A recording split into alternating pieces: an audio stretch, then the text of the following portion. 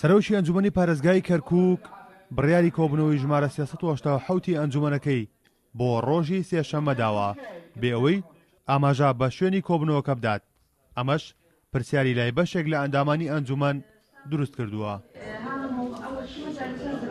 تاوانەوەی کە بڵاو کراوەتەوە سەرۆکی ئەنجومەن بە وەکالەت بڵاوی کرد کە ڕۆژی سێشەممە لە کات و ساتی خۆیان کۆبوونەوەکەی کۆبوونی ئەنجومەنەکرێ ڕاستە دیاری نەکردووە لا چوەکرێ و چۆنەکرێ بەرنامەشی بەدانەوە باسی چێکرێ بەڵام ئێمە تا ئێستا لە ماوەی ئەوە دوو مانجێکێکە بێتە 13 ساڵ ئێمە ئەنجومەنە هەڵبژێراوە لە سیوێشیەکە بێتە 12 ساڵ 13 ساڵ کە ئەنجومەنەکە هەڵبژێراوە تا ئێستا هیچ کۆبوونەوەیش کەمان لە غێری ئەم قاعی مەجلیس و لەناو ئەم مەجلیسە نەکردووە نەشمان بردەی جێگایشکێکە لە ئێستاش لە کاتێکا کەم زروفە هاتێتە پێشەوە ڕاستە زروفەکان دیشتی گۆڕیوە بەڵام کاتێکە پەرلەمانی عێراق لە جێ خۆی کۆبوونکە پەرلەمانتارەکان بستنەوەی هەموو پەرلەمە حیزبە کوردستانیەکان بچێتەوە هەموو فراکسیۆنەکان بستنەوە مووسڵ کورد بچێتەوە بەشداری بکات لە هەموو کارەکانی مووسڵا نازانین یعنی مبەرری چییە لە دەرەوە چونکە لە دەرەوە کردمان بە تاکی زۆری نەحازر نابن کە زۆرینش حازر نەبوو کۆبوونەوەکە ناکرێت.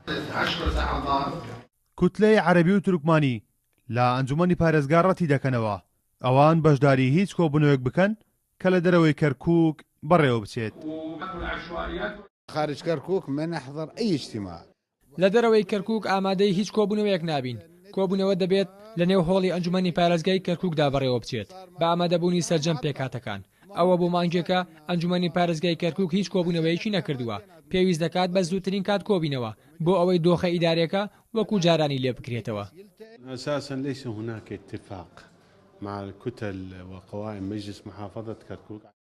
ڕێککەوتنی پێشوەخت لە نێوان لایەنە سیاسیەکان بۆ کۆبوونەوەی سێشەمی ئەنجومەنی پارێزگای کەرکووک نەکراوە. کۆبوونەوەی لەم شێوەیە پێویستی بە ڕێککەوتنی پێشوەختی سەرکردەکان هەیە تاوەکو کۆبوونەوەکە بە ئەنجامێکی ئەرێنیەوە دەربچێت چونکە بیرڕای جیاواز لەسەر پرسەکانی کەرکووک هەیە لەگەڵ ئەوەشدا تاکید دەکەینەوە کۆبوونەوەکە پێویستە لە کەرکووک بەڕێوە بچێت. قبل رئیس مجلس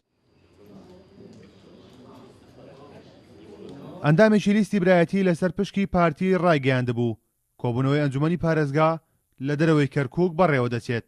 ئەمەش لە کاتێکدایە کە زۆرینەی ئەندامانی ئەنجومەنی پارێزگا لە کەرکووکدا ماونەتەوە و ئامادەنین بەشداری هیچ کۆبوونەوەیەک بکەن کە لە دەرەوەی کەرکووک بەڕێوە بچێت. کارۆن محەممەد، کورد ساد نیوز، کەرکووک.